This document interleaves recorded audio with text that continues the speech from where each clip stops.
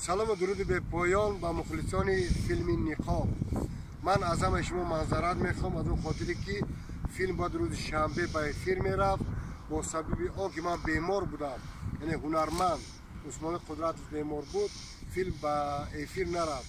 از این خاطر بار دیگر از همه شما، از کارگردان، از هنرمندایی که همراه ما در این فیلم هستن معذرت میخوام و فراموش نکنید که روزهای نزدیک این فیلم در نزد شماست.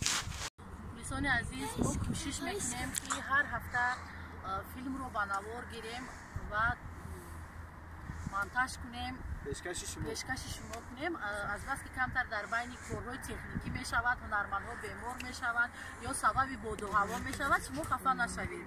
ما شب روز در فکر آن هستیم که همین فیلم نقاب که 99 سری رو در بر میگیرد، هر شنبه آینده دیگر از این پیشنهاد شما از شما لایک، از ما افیر و دستگیری مخلصان. سلام علیکم دوستان تماشابینان عزیز، اینا در ثبت فیلم نقاب قرار داریم. او دو اکتیور ما دیدین، اکتیور اکتریس قدیم بود چم توان.